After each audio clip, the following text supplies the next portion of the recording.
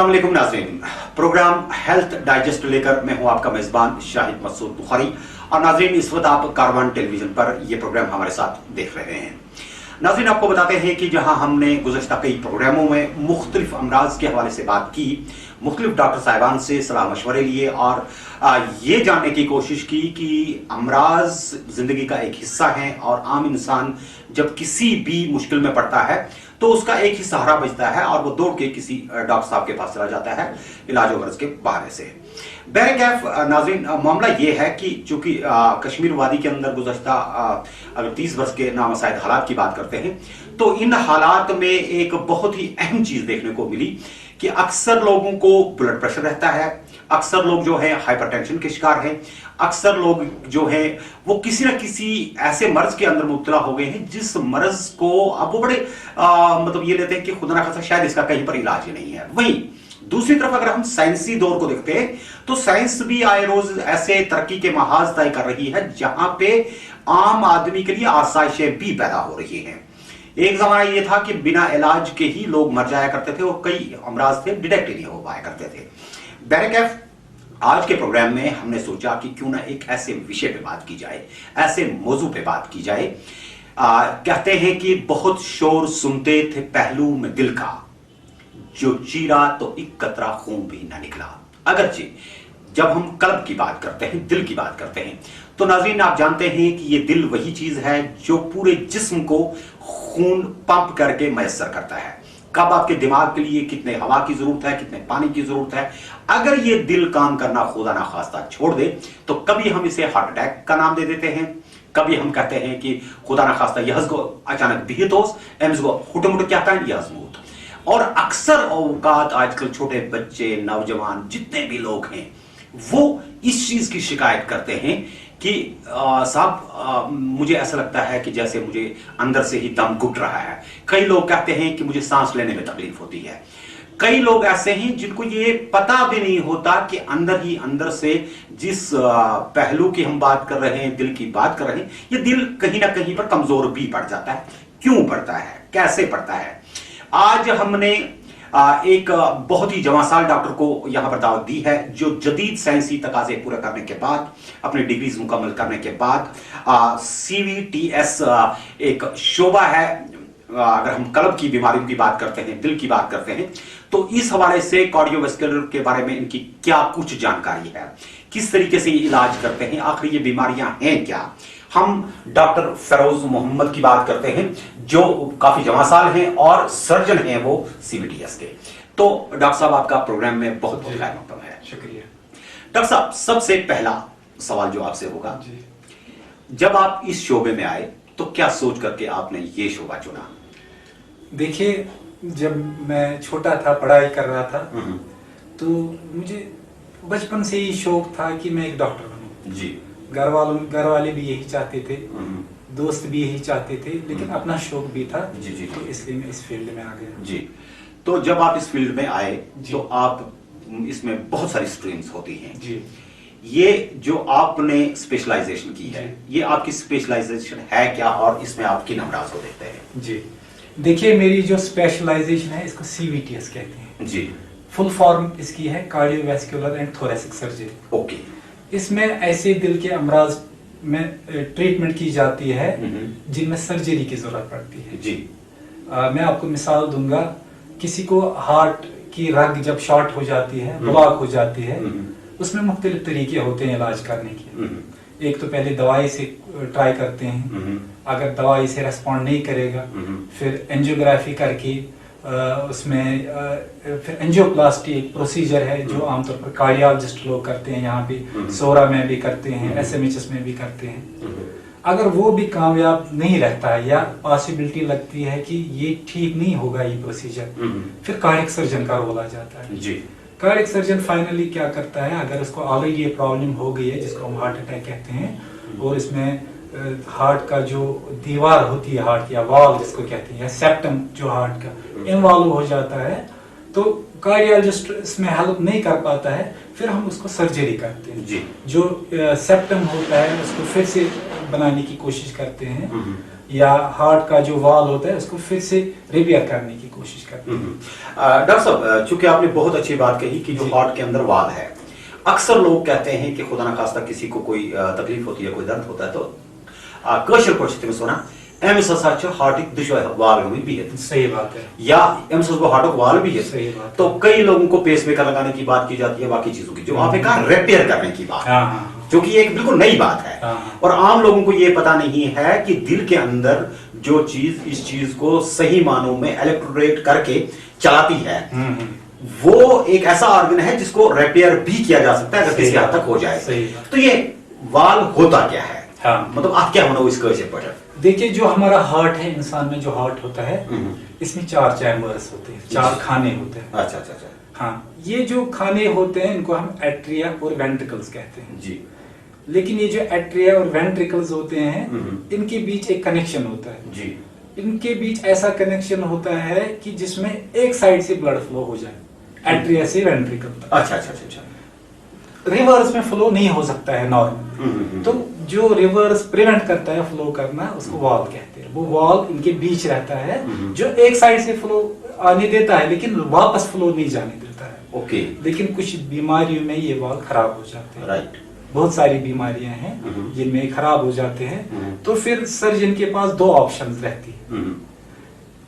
एक तो ये कि इनको रिपेयर किया जाए, दूसरा ये कि इनको रिप्लेस किया जाए। ओके। रिपेयर अगर हो सकता है तो करते हैं, अगर नहीं होता है फिर अल्टीमेटली रिप्लेसमेंट, वैल्यू की रिप्लेसमेंट करते हैं। ओके। तो आप मुझे बताइए कि कुल मिलाकर के जो अगर हम कश्मीर खित्ते की बात करें, क्योंकि इस वक्त आप शायद बारामूला हॉस्पिटल में जो मेडिकल कॉलेज भी वहाँ है, सही बात है। आप मुझे बताइए कि कुल मिलाकर के कितने एक लोग हैं जो इस तरह की शिकायतें आपके पास लेकर के आते हैं जी। और आपका ट्रीटमेंट का जरिया क्या होता है? जी जी, बारामूला मेडिकल कॉलेज में ये है कि वहाँ पे कम ही लोग आते हैं। जी।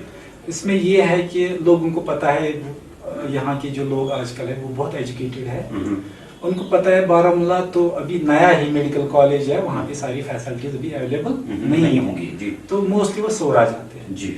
लेकिन हम मैंने सोरा में भी काम किया है, CVTS डिपार्टमेंट में, कार्डियोवैस्कुलर थोरेसिक सर्जरी डिपार्टमेंट में। वहाँ पे ये है कि बहुत सारे पेशेंट आते हैं। जी। हर एक OPD में कम से कम 20-25 पेशेंट ऐसे आते हैं जिनको वाल की बीमारी है, कोई ना कोई वाल की प्रॉब्लम है जो सर्जिकली ट्रीट करनी है, या रिपेयर करनी है, रिप्लेसमेंट करनी है। तो बहुत कॉमन है। पहले जमाने में ये था कि यहाँ पे उतना हाइजीन अच्छा नहीं था, अब इम्प्रूवमेंट हो गई। जी। बहुत सारे लोगों में बचपन में ही एक डिजीज हो जाती थी इन्फेक्शन की वजह से, स्ट्रेप्टोकोकल इन्फेक्शन होता था, खांसी आती थी, थ्रोट इन्फेक्शन होता था, लोग लाइटली लेते थे, एंटीबायोटिक नहीं लेते थे, तो उसमें वैल्यू डैमेज हो जाता था। जी। उसको रूमेटिक हार्ट डिजीज बोलते हैं। वो बचपन में ही होती है, 5 से 15 साल की उम्र में। जी जी। लोग लाइटली लेते थे, फिर विद टाइम उसमें वैल्यू काम करना छोड़ देता है। राइट। जब एडल्ट पेशेंट बन जाता है तो वो काम करना छोड़ देता है। तो वो एक बहुत कॉमन काज थी, अभी भी है, लेकिन अब थोड़ी सी कम हो गई। राइट। हाँ। तो आप मुझे बताइए, चूंकि आपने कहा कि काम करना छोड़ देता है, जी जी। जो ये आम नागरिक घर पे बैठ करके इस वक्त आपको देख रहा है, हाँ। इनसे आप क्या कहेंगे कि ये क्या चाहें जब वो अपने अंदर कोई तब्दीली देखें? जी जी। मतलब तब्दीली क्या इसको आती है, क्या तकलीफ होती है, कहाँ पे दर्द होता है कि इसको ये समझ में आए कि मुझे डॉक्टर के पास जाने की जरूरत है? देखिए, कॉमनली ये जो लोग होते हैं जिनको रूमेटिक हार्ट डिजीज होती है, जब एडल्ट लाइफ में ये आते हैं तो इनको सबसे ज्यादा कंप्लेंट होती है पैल्पिटेशन। अच्छा।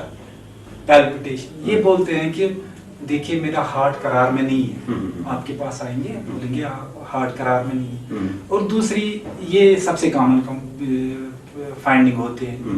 दूसरी बात ये बोलते हैं कि ब्रेथलेसनेस, अच्छा, जब कोई काम करना चाहने में उनको तकलीफ होती है, शॉर्टनेस ऑफ ब्रेथ हो जाता है। ओके। ठीक है, ये दूसरी कंप्लेंट होती है इनको। कभी कभी इनको चेस्ट पेन भी हो सकती है, वो थोड़ी सी कम एक कंप्लेंट है लेकिन वो भी होती है। तो ये ऐसे इसी तरह आपके पास आएंगे तो आपको इनको एक तो एग्जामिन करना है और फिर फर्दर इन्वेस्टिगेट करना है। अक्सर डॉक्टर साहब देखा गया है कि जब किसी शख्स के बारे में इस तरह की बात आ जाती है कि इसको मतलब सांस लेने में तकलीफ है, ये कांच वना में दम का सांस पकान पचन में शा बराबर का की कांच वना के बस उस शुंगित में दम का सांस तो ये नॉर्मल अलामात मतलब ये बचन मज गसान या 18 वर्ष एज आसे 22-25 वर्ष युस जवानी हुंद दौर छ आसान ज्यादा चांसेस कथ मज गसान ये दौर कथ मज हेकान ज्यादा बदलित कथ वयस मज ये जो आपने कहा कि ये रात में इनको उठते हैं और दम हो जाता है, वो एडवांस्ड हार्ट डिजीज यूजुअली होती है और एल्डरली लोगों में होती है। अच्छा, उसको पीएनडी कहते हैं, पैरोक्सिस्मल नॉक्टर्नल डिस्नी। ओके, तो वो एल्डरली लोगों में होती है। लेकिन कभी कभी कुछ लोगों में साइकेट्रिक प्रॉब्लम्स की वजह से भी होता है उनको। अच्छा, बेसिकली वो हार्ट डिजीज नहीं होता है,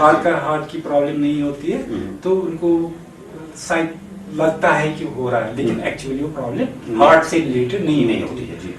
हाँ, तो ये जो आपने कहा, अगर पैरोक्सिस्मल नॉक्टर्नल डिस्ट्रेस को यूजुअली इंडिकेट करता है हार्ट फेलियर और एल्डरली लोगों में होता है, तो बहुत एडवांस इसमें भी हो सकता है। जो रोमेटिक हार्ट डिजीज का मैंने बोला, वो उनमें हो जाएगा जब बहुत टाइम तक वो इलाज नहीं करेंगे, डॉक्टर के पास नहीं जाएंगे, फिर ओल्ड एज में उनको यूजुअली हार्ट फेलियर होता है। लेकिन एडल्ट लाइफ में भी हो सकता है, लेकिन मोस्ट कॉमनली ओल्ड एज। आप देखिए, इस साल के अगर हम विंटर की बात करते हैं, हाँ। इस साल देखा गया कि विंटर्स में बहुत सारे जवान बच्चों के अचानक हार्ट अटैक हो गए, अचानक सडन डेथ्स हो गई, जबकि प्रीवियस उनकी कोई मतलब कार्डियो रिलेटेड कोई हिस्ट्री नहीं थी। सही बात। क्या वजूहात हैं कि किन वजह, क्या ये मौसमों की वजह से भी असर पड़ता है, क्या क्या वजूहात हो सकती है? देखिए, कुछ कंडीशंस हैं जिनमें सडन डेथ के बहुत चांसेस रहते हैं, खासकर नौजवान जी। उनमें से एक प्रॉब्लम है जिसको हाइपरट्रॉफिक ऑब्स्ट्रक्टिव कार्डियोमायोपैथी कहते हैं। ये बहुत पुराने जमाने से डिजीज थी, आज भी है। तो पुराने जमाने में लोग इस पे रिसर्च नहीं करते थे, ज्यादा ध्यान में नहीं आता था, डॉक्टर्स के पास नहीं जाते थे वो लोग। तो ये कंटिन्यू है, इसमें यूजुअली एनवायरनमेंट का कोई इफेक्ट नहीं होता। जी जी जी। उन लोगों में होता है जो जवान होंगे और जो एथलेटिक टाइप के होते हैं। अच्छा। उनमें ये प्रॉब्लम होती है, सडन डेथ हो सकती है। अच्छा। हाँ, तो इसमें ये है कि अगर किसी को ये प्रॉब्लम है, मतलब लाइक क्या, उसको क्या सिम्टम्स क्या नजर आएंगे? उनको सिम्टम्स आमतौर पर बहुत कम होते हैं। अच्छा। ये इसमें सबसे बड़ी प्रॉब्लम है, आमतौर पर इसमें सिम्टम्स नहीं होते जी। लेकिन ये जो जवान होते हैं, एथलेटिक होते हैं, फुटबॉल खेलते हैं, क्रिकेट खेलते हैं, जब भी खेलते हैं तो उनको लगता है थोड़ी शॉर्टनेस ऑफ ब्रेथ हो सकती है। अच्छा अच्छा अच्छा। जरूरी नहीं हो, लेकिन कभी कभी हो सकती है। जी जी जी जी। तो ऐसे पेशेंट्स को अगर ऐसा हो जाए, या कभी कभी चेस्ट पेन भी होती है उनको, तो अगर इनको ऐसा मतलब जवान है तो होनी नहीं चाहिए ये प्रॉब्लम, तो उनको मेडिकल एडवाइस जरूरी इस वक्त लेनी चाहिए। कुछ अच्छा। और भी प्रॉब्लम्स है जी, जी, जिसमें जी। ये होता है, लेकिन वो बहुत कम है। लेकिन ये जो HOCM हाइपरट्रॉफिक ऑब्स्ट्रक्टिव कार्डियोमायोपैथी ये बहुत कॉमन है, ये जो लोगों को पता नहीं है। ये जो आजकल डॉक्टर साहब अक्सर नौजवान बच्चों के बीच में है कि मैंने कोई प्रोफेशनल डिग्री कर ली या कोई इस तरह का मामला कर लिया, और फिर नामसाइद हालात का भी एक बड़ा असर रहा है, एक मेंटल प्रेशर है बच्चों के ऊपर जी। आपको लगता है कि कहीं पर जो हाइपरटेंशन है ये इसकी कोई वजह हो सकती है? हाइपरटेंशन यूजुअली एल्डरली लोगों में होता है, लेकिन आजकल ये देखा गया है कि जो नौजवान है उनमें भी बहुत पाया जाता है आजकल। तो इसके बहुत सारे रीजन हो सकते हैं। एनवायरमेंटल फैक्टर, स्ट्रेस बहुत ज्यादा है आजकल के बच्चों में, पढ़ाई करनी पड़ती है, बहुत ज्यादा फैमिली का ख्याल रखना पड़ता है, जो पुराने जमाने में नहीं था, पढ़ाई नहीं करते थे। तो ये चीजें हैं, लेकिन इसमें हाइपरटेंशन में ये है कि ये यूजुअली सडन डेथ नहीं करता है। सडन डेथ एज सच देखा नहीं गया है, लेकिन विद टाइम हार्ट डिजीज हो सकती है इसमें, इसको हम कार्डियोमायोपैथी कहते हैं। विद टाइम होने का खतरा है, तो फिर प्रॉब्लम हो सकती है, लेकिन शॉर्ट टर्म में ये प्रॉब्लम नहीं करता है, लॉन्ग रन में प्रॉब्लम कर सकता है। तो इसमें जरूरी ट्रीटमेंट लेनी चाहिए। तो आपने जो आपने ये CVTS की बात करी जी, डॉक्टर साहब मुझे बताइए कि जदीद तरीके से अगर कशर पढ़न पन नाजरीन कर मजबीज तमन समझाओ कि कह वन बहस गया फलनिस डॉक्टर सह हार्टुक डॉक्टर, तुम तु हार्टुक डॉक्टर, तुम सर्जन, सर्जरी फील्ड पे, चूंकि हु करान तथ मर्जस इलाज यथ मर्जस तमिस बासान कि एंजियोग्राफी कर या इको कर वचान या ECG करान नॉर्मली, पे दवा ववा लगान दिन हु ये रखना पड़ता, तो चलता रहता है। और फिर वो कई क्लिनिक्स पे अलग अलग पर भी बैठ करके उनको अपने तरीके से ट्रीट करते रहते हैं। कई जगह पर क्या आपको लगता है कि जो नॉर्मल कार्डियो है हार्ट डॉक्टर यह कुन जाए कोलैबोरेट करान, यह कुन जाए पानवी कत मशवर करान कि मे फलान पेशेंट अमिस इत प्रॉब्लम, अमिस छा चांस कह कि यह क्या चाहे CVDS सतन बलित कहीं मतलब छा कुछ जाए कोलैबोरेशन तो पाने में। देखिए मैं आपको ऐसे समझाऊंगा, जो हार्ट के डॉक्टर होते हैं यूजुअली दो टाइप के होते हैं। एक तो जिसको कार्डियोलॉजिस्ट कहते हैं, जिसको आमतौर पर हार्ट डॉक्टर कहते हैं। हाँ, सब उसके पास जाते हैं, कोई भी हार्ट की प्रॉब्लम हो किसी के पास जाते हैं। दूसरा हार्ट का डॉक्टर वो होता है जैसे जिसमें मैंने ट्रेनिंग की है, वो सर्जन होता है, कार्डियक सर्जन जिसको कहते हैं। तो वो ऐसे अमराज ठीक करता है जिनमें यूजुअली सर्जरी की जरूरत पड़ती है जी। अब आपने पूछा कोलैबोरेशन के बारे में। सिक्किम्स में मैंने काम किया, जो जिसको सोरा भी कहते हैं लोग, वहाँ पे मैंने काम किया है। वहाँ पे हमें एक मीटिंग होती थी जिसको कार्डियो सर्जिकल मीट कहते हैं, सैटरडे को होती थी। तो कार्डियोलॉजिस्ट एक साइड में बैठते थे और सर्जिकल साइड में दूसरे साइड में बैठते थे। यूजुअली पेशेंट उन्हीं के पास आता है पहले, तो वो उनके पास पेशेंट आए होते थे, वो हमसे डिस्कस करना चाहते थे क्योंकि उनको लगता था कि उनकी जो ट्रीटमेंट है वो सफिशिएंट नहीं है। फिर वो हमारे साथ डिस्कस करते थे कि आप कैसे इसको ट्रीट कर सकते हो जिससे पेशेंट को फायदा हो जाए। तो वो हमारे साथ डिस्कस करते थे, लेकिन उसमें यूजुअली वो पेशेंट्स होते थे जिनको सर्जरी, उनको लगता था कि उनको सर्जरी की जरूरत पड़ेगी। तो फिर हम उनके साथ डिस्कस करते थे क्या क्या पॉसिबिलिटी है, किस टाइप की ट्रीटमेंट हम इनको देंगे, कौन सी टाइप की सर्जरी होगी। तो वो हम डिटेल में एक डिस्कशन इस पे होता था। फिर उसी हिसाब से वो हमें पेशेंट ट्रांसफर करते थे हमारे साथ। फिर यूजुअली उनको सर्जरी आया था, हम उनको तैयार करते थे सर्जरी के लिए। फिर उनको ऑपरेट करते थे जिस हिसाब से भी उनको प्रॉब्लम होती थी। किसी को वाल की प्रॉब्लम होती थी, किसी को जो वेसल्स ब्लॉक हुए होते थे, किसी को कंजेनिटल हार्ट डिफेक्ट जिसको कहते हैं यूजुअली बच्चों में होता है, जिसमें वो ब्लू बेबी होता है, ब्लू कलर का बेबी होता है। तो वो उनको हम फिर ट्रीट करते थे सर्जिकल। आप चूंकि आपने एक अच्छा मौजूद छोड़ दिया खुद ही, और आप ही ने इसको थोड़ा सा खोला भी कि अक्सर बच्चों के अंदर कहते हैं कि एम सच खुदा रिश्ना हार्ट सुराख। हाँ सही बात है। मतलब हार्ट सुराख किन अंदर कुछ जाए का तिस प्रॉब्लम आसान या आम लफ्जन में लोग होना चाहिए सुराख। ये क्या मतलब रियर केस मगर यथ गरस मज तुम खत तूफान आसान। तो अक्सर लोग दपान ये कहीं ना यह नेबर तुम वन तो यह हार्ट सुराख यह रिपेयर यह ठीक सर्जरी। हार्ट के जो सुराख है बहुत टाइप के होते हैं, इसमें भी फर्दर क्लासिफिकेशन। बच्चों में जो कॉमनली हार्ट का सुराख होता है उसको कहते हैं वेंट्रिकुलर सेप्टल डिफेक्ट। अच्छा। और दूसरा जो हार्ट का सुराख कॉमनली होता है एट्रियल सेप्टल डिफेक्ट। और तीसरा भी एक होता है जिसमें जो वेसल्स होते हैं उनके बीच कम्युनिकेशन आता है। अच्छा। इसको PDA कहते हैं। और फुल फॉर्म है इसकी पैटर्न डक्टस आर्टेरियोसस। ओके। ये तीन कॉमनली बहुत टाइप के इसमें और भी सुराख होते हैं। और एक कॉमनली होता है जिसको टेट्रालजिया फैलो कहते हैं, जिसमें बिली बेबी होता है। ओके। जो ये वेंट्रिकुलर सेप्टल डिफेक्ट है, पहले ट्रीटमेंट नहीं थी यहाँ पे, पहले कहीं पे नहीं थी। ओके। तो फिर आफ्टर 1950s के बाद अमेरिका या दूसरे जो डेवलप्ड नेशन है वहाँ पे इसकी ट्रीटमेंट सर्जरी हो जाती थी। तो विद टाइम बाहर इंडिया में भी अब हो रही है सर्जरी, और यहाँ सिक्किम में भी सर्जरी हो रही है और बहुत कामयाबी के साथ हो रही है। okay. अब ये है कि कुछ पेशेंट्स को ऑलरेडी डिजीज बहुत एडवांस्ड होती है। जो ये सुराख है इसकी वजह से लॉन्ग रन में प्रॉब्लम होती है, उनको बहुत एडवांस्ड हो जाती है, हार्ट डैमेज बहुत हो जाता है, तो उनको थोड़ी सी प्रॉब्लम हो जाती है। लेकिन जो अर्ली जो आएगा इसके लिए ट्रीटमेंट के लिए, तो उनको बहुत अच्छी प्रोग्नोसिस है।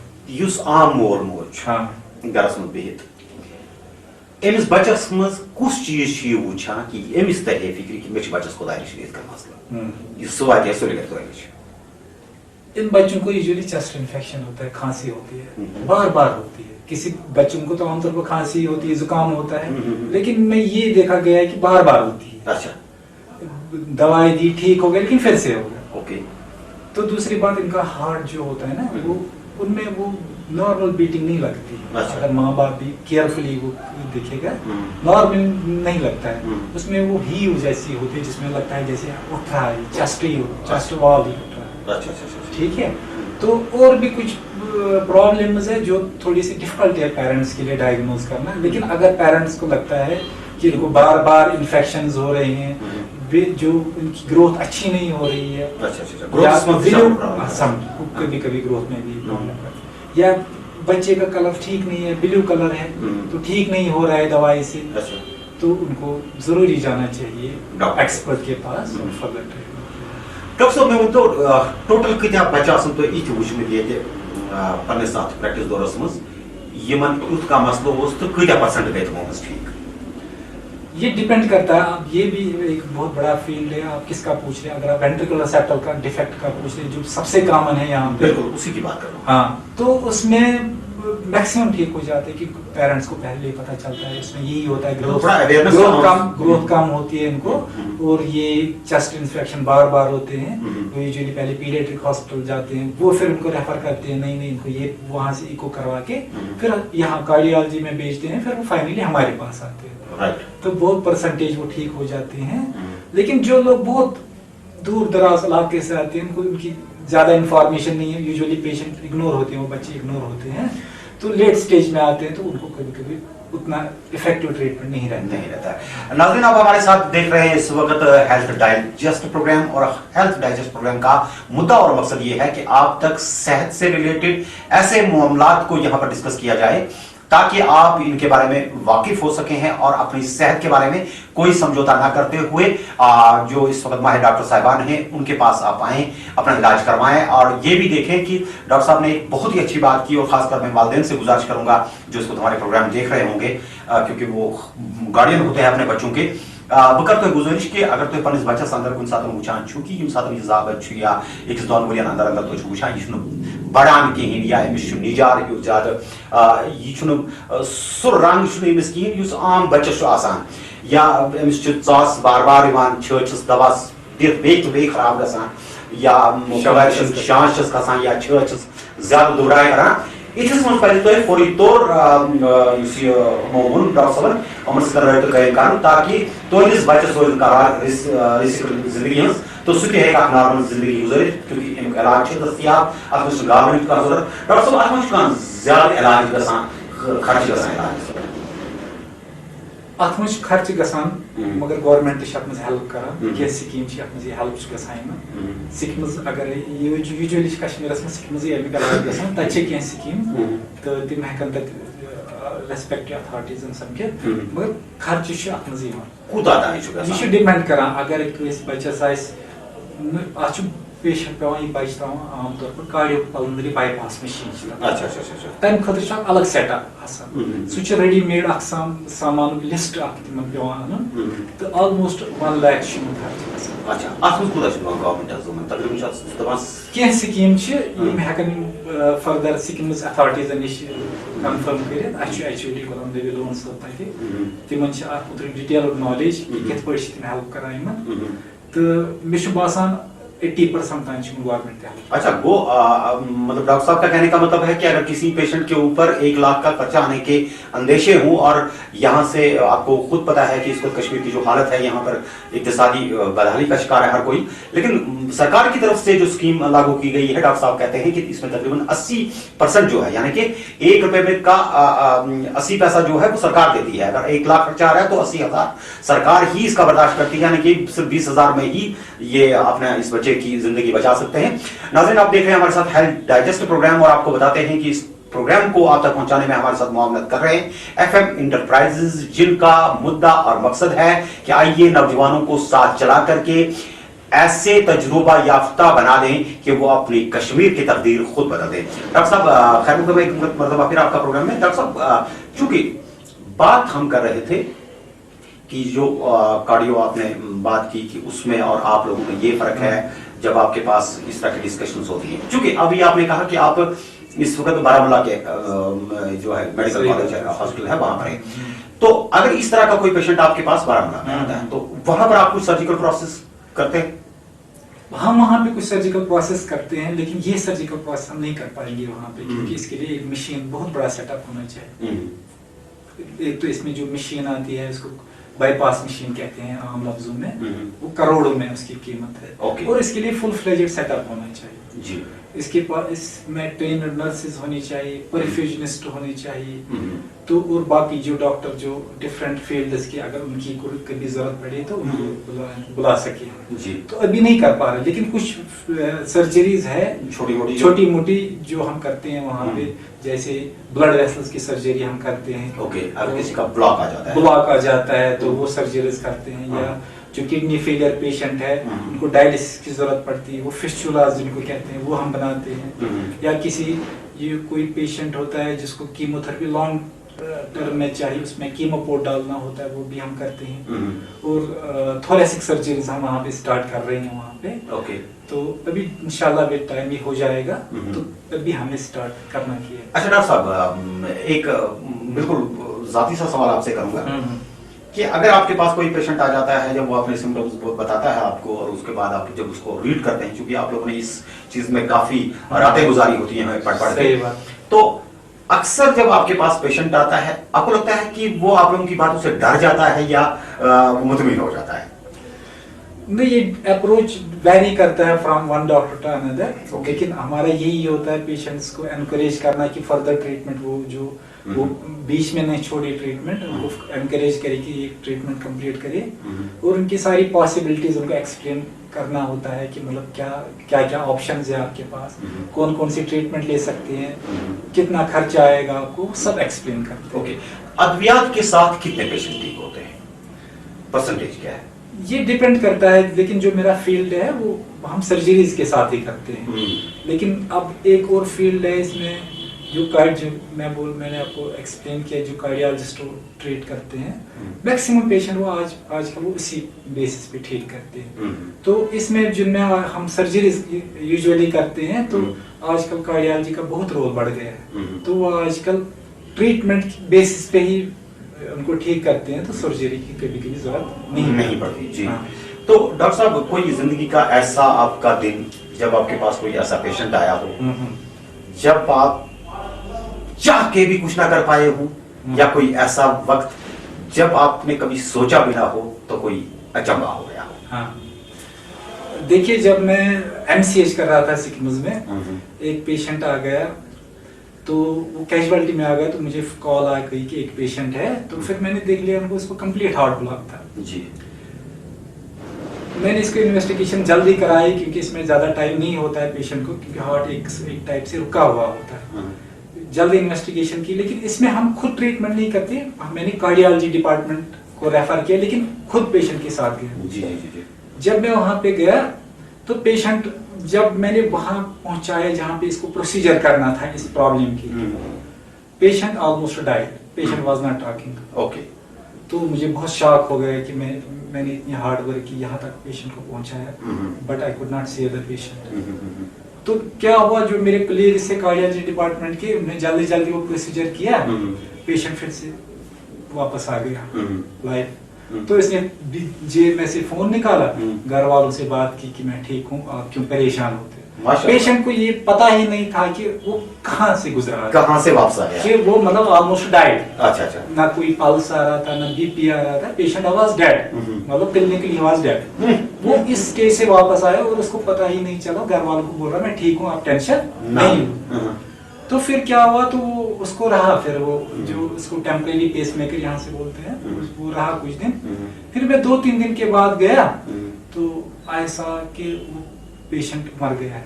मैं जाता था रोज उसके पास, तो उस दिन मैंने देखा, मैंने कंफर्म किया वहाँ पे, तो उन्होंने बोला पेशेंट मर गया। That was very much surprising for me कि पेशेंट कहाँ से वापस आया, लेकिन फिर भी अल्टीमेट टाइम आ गया, अल्टीमेटली पेशेंट डाइड। जब आप लोगों ने बाद में उसकी केस हिस्ट्री सुनी, मामला क्या था उस पेशेंट का? कि मामला उसको बहुत डेंजरस मामला था, इसको कंप्लीट हार्ट ब्लॉक था। तो उसमें ये होता है कि मतलब हार्ट पूरी तरह से बीट नहीं करता है, कभी करता है तो आमतौर पर नहीं करता है, वो जो हार्ट बीटिंग होती है वो नहीं होता है, अंदर से ये डिफेक्ट होता है कंडक्शन पाथवे की। तो उसमें ये है टेम्परेरी पेसमेकर डालते हैं अर्जेंट बेसिस पे, फिर परमानेंट पेसमेकर डालते हैं। लेकिन कभी कभी डिजीज इतनी प्रोग्रेस होती है तो इससे भी हेल्प नहीं मिलती है। ओके, तो एल्डरली पेशेंट भी था, बूढ़ा इंसान था, तो इसमें ज्यादा चांसेस होते हैं कि ट्रीटमेंट कभी कभी सक्सेसफुल नहीं होते। तो आप इस चीज को तस्लीम करते हैं कि बीइंग ए डॉक्टर, जब आपने ये देखा कि क्लिनिकली आप लोगों ने मान लीजिए एक हिसाब से डिक्लेयर उसको डेड कर दिया है, सही बात। लेकिन जब अल्लाह की कुदरत अपने हाँ। कर्म पे आई तो उसको हाँ। ऐसा लगा कि मैं कहीं पर था ही नहीं, खा में बैठ के सोया हूं। सही बात है। और जब ये उम्मीद जब उठी थी कि शायद इसके हाँ। इलाज को हम हाँ। थोड़ा सा तेजतर करके हाँ। इसको जिंदगी बख्शेंगे, ऊपर वाले ने जिंदगी खत्म करनी थी, वो एक अलग सी चीज है। डॉक्टर साहब मुझे बताइए कि अक्सर लोग आजकल घरों के अंदर बैठे होते हैं और आपने देखा होगा कि खासकर अगर हम अपने कश्मीर खिते की बात करते हैं, यहाँ पर जिंदगी यूं समझिए कि अक्सर मुंजमद हो जाती है। पता ही नहीं चलता कि कब घर से बाहर निकल रहा है, कब ऐसा है। क्या वजह है जो रेशो है हार्ट डिजीज की मुल्क की बाकी रियासतों और हमारे कश्मीर में? क्या खाने पीने का कोई असर है? हमारे रहन सहन की कोई बात है? ज्यादा आपको क्या लगता है कि हमारा ये डिजीज जो है कश्मीर के अंदर इसकी रेशो क्या है?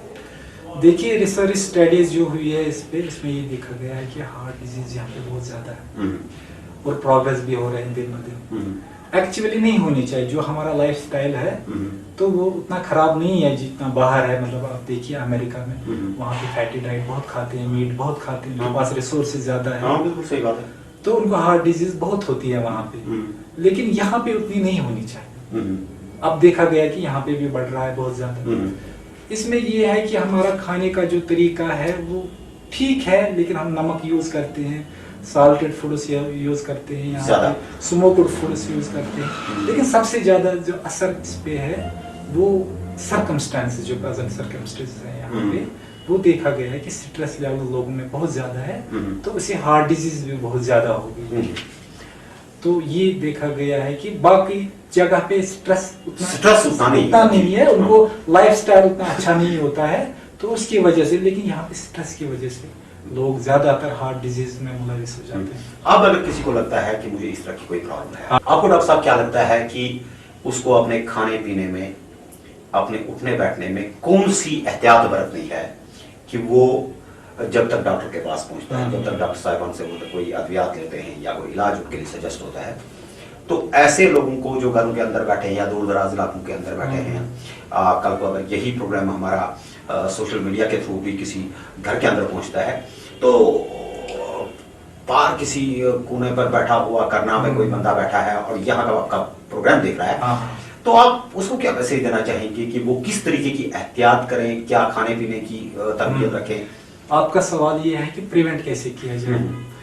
तो इसमें ये है कि यहाँ पे सबसे पहले हेल्दी लाइफस्टाइल होना चाहिए। राइट। हेल्दी लाइफस्टाइल का मतलब ये है कि स्ट्रेस कम करना है, ज्यादा टेंशन नहीं लेनी है। लोग स्मोकिंग बहुत करते हैं, स्मोकिंग नहीं करनी है, और सुबह उठ के एक्सरसाइज करनी है, जॉगिंग करनी है, दौड़ना है, कुछ काम करना है, ठीक है, और नमक थोड़ी सी डाइट में कम होनी चाहिए। तो नाज़रीन, आपको बताते हैं कि प्रोग्राम हेल्थ डाइजेस्ट में आज हम बात कर रहे हैं अमराज़ कल्ब के बारे में, दिल की उन बीमारियों के बारे में, जैसे डॉक्टर साहब ने अभी आपको बताया कि कई जगह पर अक्सर जो पेशेंट है उसको ये मालूम नहीं होता है कि उसके जिगर के अंदर, उसके दिल के अंदर जो सही मानों में खून की सप्लाई है, वो जितनी भी इसमें आर्टरीज होती हैं, छोटी छोटी रगें होती हैं, अगर आप नॉर्मली देखते होंगे नाज़रीन, तो आपको मालूम होगा, खासकर आज की डेट में तो ये कहेंगे कि साइंस और टेक्नोलॉजी का दौर है, लोग घरों में बैठ करके यूट्यूब पे या फेसबुक पे देख लेते हैं कि अंदर दिल कैसे धड़कता है, दिल के अंदर रगें कितनी हैं, और जब इंसान देखता है तो लातेदार रगें हैं, और अगर गिनने पर भी आए तो शायद गिनती भी नामुमकिन हो जाए। और इन्हीं छोटी छोटी रगों के बीच में से जब ये खून निकल के जिस्म के बेशतर हिस्सों की तरफ जाता है, तो इसका मतलब है कि जिस्म का पूरा इंजन जो है, ये सारे का सारा आपका दिल है। और इस दिल को किस तरह से आप महफूज रख पाएंगे, आज इसी हवाले से हम डॉक्टर साहब से बात कर रहे हैं। तो डॉक्टर साहब से एक मुख्तसर सा सवाल ये कर देंगे कि डॉक्टर साहब, चूंकि आपका पेशा इंतहाई बाइस भी है, कभी रात के 2-2 बजे भी आपको उठ करके अच्छी नींद छोड़ करके दौड़ना पड़ता है। डॉक्टर साहब, मुझे बताइए कि जो नॉर्मली एक आदमी है, जिसे अभी आपने कहा कि इसको एक्सरसाइज भी करनी चाहिए, इसको नमक थोड़ा सा कम करना चाहिए, बाकी चीजें करनी चाहिए, तो जब ये आप लोगों के पास हॉस्पिटल के अंदर आए तो ये किस वाली थॉट को लेकर के आए? नंबर 1, रेपियर हो सकता है, नंबर 2, रेपियर नहीं हो सकता है। क्योंकि एक आदमी जब घर से निकलता है वो कहता है कि मुझे लाल चौक जाना है, हो सकता है कि वो जहांगीर चौक से ही वापस आ जाए। जी जी। ठीक है, एक होता है उसके पास थॉट होती है कि नहीं ये चीज अगर मुझे फलां जगह से नहीं मिलती है तो मैं लाल चौक से खरीद करके ले आऊंगा। इसी तरीके से जब आपके पास कोई पेशेंट आता है, आप क्या उसको सलाह देंगे कि वो मेंटली क्या सोच के आए? जी देखिए, ये जो रिपेयर और रिप्लेसमेंट की बात आपने की, ये हम देखते हैं जो साइंटिफिक गाइडलाइंस होती है इसमें। ओके। इस पे ये नहीं है कि पेशेंट क्या सोचेगा, मुझे क्या करना है, उस हिसाब से हम ट्रीटमेंट नहीं कर। इसमें कुछ डेफिनेट गाइडलाइंस होती है कि रिपेयर किसको करना है, रिप्लेसमेंट किसको करना है। ये कार्डियो सर्जिकल बुक्स पे लिखा होता है किस में रिप्लेसमेंट होगी और किस में और एक्सपीरियंस पे भी डिपेंड करता है फिर कितना टाइम फिर आप किसको रिपेयर कर सकते हो, रिप्लेसमेंट किसको कर सकते हो। अब ये है कि जो वैल्यू होता है इसको हम पहले सबसे पहली प्रेफरेंस होती है रिपेयर करना। लेकिन अगर हम रिपेयर करेंगे पेशेंट को गाइडलाइंस नहीं फॉलो करेंगे, आप रिपेयर करने सबको रिपेयर करने बैठे तो ट्रीटमेंट प्रॉपरली नहीं हो जाएगी, उनको फिर से वही प्रॉब्लम हो जाएगी। कुछ टाइम तो ठीक रह सकते हैं, फिर से आफ्टर फ्यू इयर्स उनको फिर से अचानक आप सवाल तो when this surgical process is one of is open heart surgery जी युस सर्जरी से कराएं इत पर अच्छे से ओपन हार्ट सर्जरी क्योंकि इसमें हार्ट खोलना पड़ता है। ओके जी यम सातन तो हे नॉर्मली इस पेशेंटस गसान छु अथ प्रोसेस चूंकि ये अख सुकस अख अच्छा तो सपोर्ट थावन कहाँ तक सातन आप तो सपोर्ट रखते होंगे जब कार्डियोपल्मोनरी बाईपास मशीन जिसका मैं डिस्कस कर रहा था आपके साथ। अच्छा तो वो सिकम्स में अवेलेबल है, बहुत महंगी मशीन है, इसलिए सारे सेंटर्स पे वो पॉसिबल नहीं है जी। तो वो एक सपोर्ट होता है, वो हार्ट को भी सपोर्ट देता है और लंग्स को भी सपोर्ट। तीस काल अच्छा ये हार्ट मतलब एमिच कम आस करा को मशीन करता है, मशीन से करा दौरा ये तीस काल तो अच्छा यार छु ये साल से ठीक करा तीस काल मशीन करा मगर क्या प्रोसीजर से करा तथ बीटिंग हार्ट सर्जरी तथ मशीन तवान तथी स्टैंड बाय मोडस पे या हार्टस लगित कनेक्ट कर मगर हार्ट बीट तक तम सर्जरी हेकान कर मगर सह हर केसस मज पॉसिबल गसान मगर कह केस सह पॉसिबल गसान सह प्रेफरेबल ट्रीटमेंट रोजान क्या तथ मज कि मशीन पे हार्ट त्रावान अम हार्टस थोड़ा ददार वात खतरा अगर ज्यादा टाइम पेशेंटस लेंथ सर्जरी गई वारिया जीर टाइम लोग हार्टस हेकान नुकसान वात थोड़ा मतलब कम किस्म नुकसान हार्ट बेसिकली हार्ट काम करान कहें तो ये हार्ट मसलस मज थोड़ा अत लैंग्वेज मज इस्कीमिया इस्कीम मतलब प्रॉपर ब्लड फ्लो